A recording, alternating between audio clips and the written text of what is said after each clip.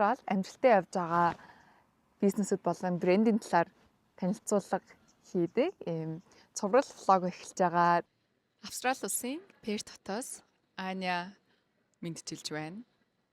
За намайг танихгүй хүн байвал Австралд хүүхдүүдтэй хамт гэр бүлээрээ сурж, ажиллаж, амьдардаг гэр бүл байна. Өнөөдөр би хотын төвд байдаг үнэхээр амар сак in New York wife-тай Mr. George Specialty Coffee гэдэг нэртэй тийм кофе шопын талаар ярив.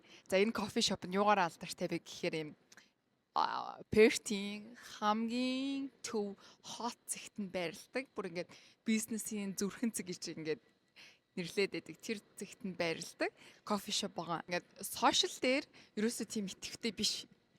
Ер нь бас энд нөгөө нэг ингээд Google Map-таар харуулах. За тэгээ Google Map-ээс сошиал платформудтайгаа холбоцсон үйлчлэгч нарыг татж байгаа байхгүй юу?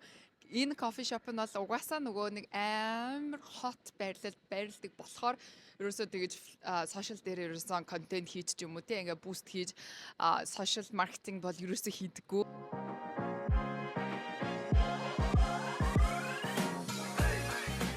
Яг эзэн нь бол Крис гэдэг залуу байд юм байна. Тэгээ энэ залуу яг ингээд хоёр дахь нөгөө хотын төв талбараа нээгээд Mr. George бүр ингээд бүүм хийгээд Пертэд бүр хамгийн алдартай viral тийм кофе шоп болж чадсан байна. За яг брендинг нь надад ямар санагдсан бэ гэхээр кофений яг аяган дээр брендинг, за social media брендинг, за тэгээд нөгөө нэг кофе шопнуудынхаа яг хаягтай бол яг тийм брендингийн энэ гүн ногоон өнгөтэй.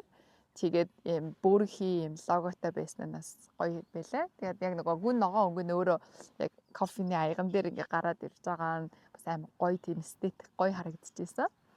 Тэгээд Аня миний Австралийн брэндүүдийг танилцуулж байгаа цуврал влогт минь хамт байсан баярлалаа. Тэгээд дараагийн влогоор хамт уулзцгаая. Баяр таа.